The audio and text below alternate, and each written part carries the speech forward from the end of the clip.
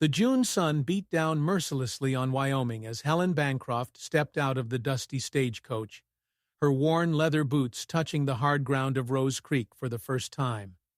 The air shimmered with heat rising from the parched earth, and not a breath of wind stirred the sparse poplar trees lining the main street of the settlement. Her traveling dress, once a respectable dark blue, was now covered with dust and dirt from her 3-week journey from Cincinnati. Helen clutched her bag tighter, feeling the weight of Robert Lawson's letters tucked between her few belongings. A 22-year-old girl with chestnut hair hidden under a modest bonnet and green eyes that had seen too much hardship for her age, she had responded to his ad with the desperate hope of a woman with no other prospects. Her parents had died of tuberculosis the previous winter, leaving her with debts and the clothes on her back. The stagecoach driver, a gray-haired man with tobacco-stained sideburns and a scar running from his left ear to the corner of his mouth, a souvenir from an Apache attack 5 years earlier, lowered her trunk to the ground with some effort. "This is Rose Creek, miss," he said, wiping sweat from his forehead with a dirty sleeve, "although, as you can see for yourself, there's nothing to see here." Indeed, Rose Creek consisted of a small store with a sagging porch, a blacksmith's shop where the sound of a hammer on an anvil rang out in the silence, a saloon with slanted doors, and perhaps a dozen dilapidated houses scattered along the only dirt road. The Methodist church, a modest structure of unpainted pine boards, stood at the other end of town, its steeple the only shadow for miles. Helen expected Robert Lawson to meet her at the station, as he had promised in his letters. Instead, she was approached by a woman in a faded calico dress, with hair that had once been golden but was now gray and pulled back into a strict bun. The woman's hands were rough and worn from work, her nails cracked and stained with something that looked like berry juice. "Miss Bancroft?" The woman's voice sounded tired. "I'm Constance Lawson. Robert. Robert is my husband." Helen's heart sank. Wife? But in his letters, he had written that he was waiting for his fiancée, about lonely evenings on his prosperous ranch. She opened her mouth to say something, but Constance raised her darkened hand. "Please, let me explain. There's a lot you don't know, and I'm afraid I've caused you terrible pain." Constance's pale blue eyes, ringed with red from sleepless nights, darted nervously toward the store, where the owner, Samuel Hutchins, stood in the doorway. His wife, Martha, had died in childbirth only 2 months earlier, and the whole town was still mourning the loss of a good woman who had delivered half the children in Rose Creek. Constance led Helen to a wagon drawn by 2 tired mules. The floor of the wagon was lined with old blankets to soften the ride, and Helen noticed carefully sewn patches, evidence that the family had to make do with what they had. When they climbed into the wagon, Constance began her story. "Robert died 2 years ago, in September," she said, her voice barely audible over the creaking of the wheels and the whisper of the wind in the prairie grass. "A rattlesnake bit him while he was fixing the fence on the south pasture. Old Dr. Morrison, he's gone too. His heart gave out last winter, did everything he could, but the poison worked too fast." The wagon jolted over the ruts of the barely visible road leading out of town. 20 miles stretched out before them, 20 miles of hills covered with lush grass and dotted with sagebrush. In the distance, the Medicine Bow Mountains rose in purple shadows against the crystal-clear sky.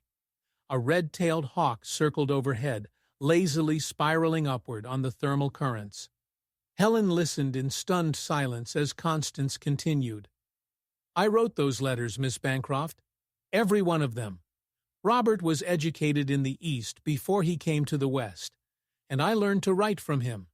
When the bank started talking about foreclosure, when the tax collector, Mr. Bramwell, came with his threats and smirks," she trembled, "I thought maybe if I could find someone, a good woman who would help us keep the ranch." The deception hurt Helen deeply, but she found herself studying Constance's profile as she drove. There were worry lines around her eyes, and her dress, though clean, was mended in several places. This was not a woman acting out of malice, but out of a desperation that Helen knew all too well. "The children," Constance said quietly. "They don't know about the letters. They think you're just a friend who's come to visit. Robert Jr. He's 11 now. He tries so hard to be the man of the house.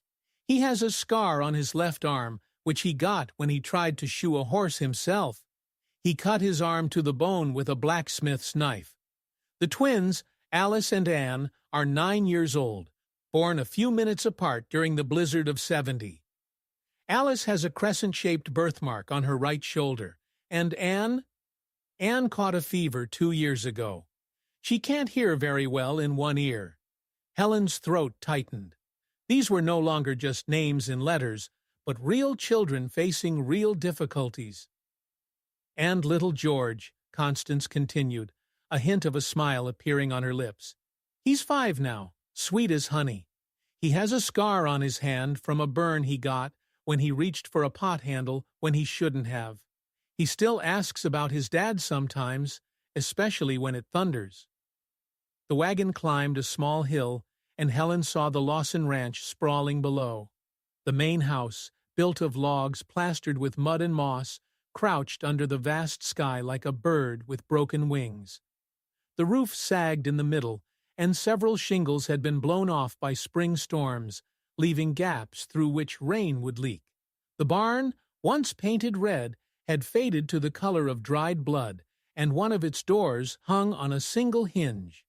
Despite the poor soil, there was a well-tended vegetable garden next to the house. Rows of beans and squash struggled to grow through the alkaline soil, and a few skinny chickens pecked at insects in the shade of a makeshift chicken coop made of old boards and chicken wire. "That's old Henrik, Robert's father," said Constance, pointing to a figure in a rocking chair on the porch. "He hasn't been well since winter, and can hardly walk. But his mind is still sharp as a razor, and he's become twice as cantankerous. He doesn't like strangers." When the wagon approached, 4 children ran out of the house like gophers from their burrows. Robert Jr., tall for his 11 years, with his father's dark hair and his mother's anxious eyes, carried little George on his hip. A burn scar was visible on his small forearm, a shriveled patch of pink skin. On either side walked the twins, Alice, with her hair neatly braided despite the heat, and Anne, who unconsciously turned her healthy ear toward the approaching wagon. "Ma!" Robert Jr. called out, his voice trembling with the changes that were happening to boys his age. "Did you bring news of the taxes from town?" Constance pressed her lips tightly together. "We'll talk about that later, son.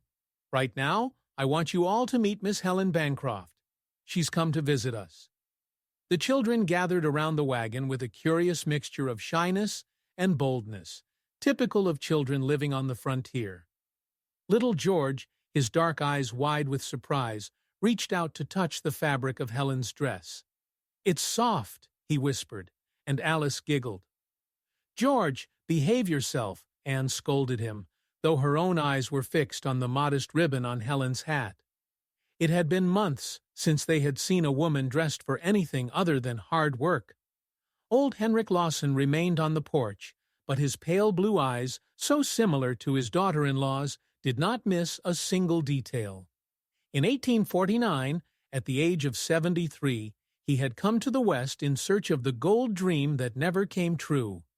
His left leg, broken in a mining accident and poorly set, had never healed properly, leaving him with a permanent limp that worsened with age so that he could barely climb stairs. "Another mouth to feed," he muttered, as Helen approached the porch, though there was more resignation than hostility in his words. "As if we didn't have enough already." That evening, as the sun painted the western sky in shades of orange and pink, Helen sat at the roughly hewn table where the family had once sat in more prosperous times. For dinner, there was rabbit stew, as Constance had warned in her confession, with wild onions and prairie turnips that the twins had gathered that morning. The bread was baked from coarse flour, mixed with ground acorns, a secret Constance had learned from a Shoshone woman who had traded with them last summer. The children ate with the concentration of those who never know when their next meal will be, but their table manners remained impeccable, a testament to Constance's determination to maintain some standards of civility despite the circumstances. Robert Jr. helped little George cut his meat, and the twins shared a cup of water without complaint. "Tell us about Cincinnati," said Alice, her 9-year-old curiosity overcoming her shyness. "Are the buildings really as tall as trees?" Helen smiled. It was the first genuine smile she had given since she had stepped off the dusty stagecoach. "Some of them are, and there are gas lights that make it as bright as day at night, and omnibuses that carry people from one end of the city to the other." "What's an omnibus?" asked Anne, leaning forward so she wouldn't miss a word with her good ear. As Helen described the wonders of city life, theaters with velvet curtains, department stores with display windows, parks where ladies strolled with parasols, she watched the children's faces light up with imagination. But she also noticed how Robert Jr.'s expression became troubled, as if he realized that such wonders belonged to a world they might never see. After dinner, while Constance attended to her father-in-law, Helen helped clear the table and was left alone with the children in the flickering light of the kerosene lamps. The twins showed her their shared doll, a rag creation with button eyes that had been sewn and resewn countless times. Little George climbed onto her lap and fell asleep, snuggling against her shoulder, his little body warm in the cool evening air. "Ma's very worried about the ranch," Robert Jr. confided, speaking softly so his mother wouldn't hear. "I heard her crying in her room after the tax inspector came last month. He said things that made her cry even harder." Helen's heart ached. She was beginning to understand the depth of Constance's despair and why the widow would resort to deception to save her family. Later that evening, after the children had settled down for the night in the cottage's only bedroom, the boys on one narrow bed, the girls on the other, Helen sat with Constance on the porch. The night air was filled with the scent of sage and the distant howls of coyotes echoing in the darkness. "There's something else I haven't told you," Constance said, barely audible in the night noise, "about why I wrote those letters, about what I was hoping for." Helen froze, sensing that what was about to be said would be the hardest truth of all. "Robert's brother, Thomas," Constance began, clenching her hands on her knees. "He owns the property next to ours. He bought it from the railroad 2 years ago. He's making offers. For the ranch, she swallowed hard. "For me?" The words hung in the air like a curse. Helen knew men like Thomas Lawson, men who saw opportunity in a widow's despair. "He drinks," Constance continued. "He gets angry when he drinks, and that's almost every night.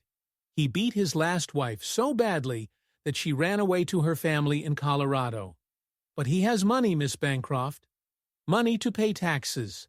Money to feed his children. And you thought that if I married him—" Constance nodded sadly.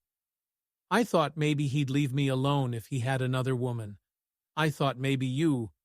I know I did the wrong thing, but I didn't know what else to do."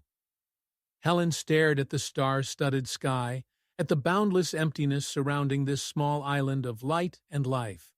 In Cincinnati, she had known poverty, but it was the limited poverty of urban slums and factory work. Here it was different.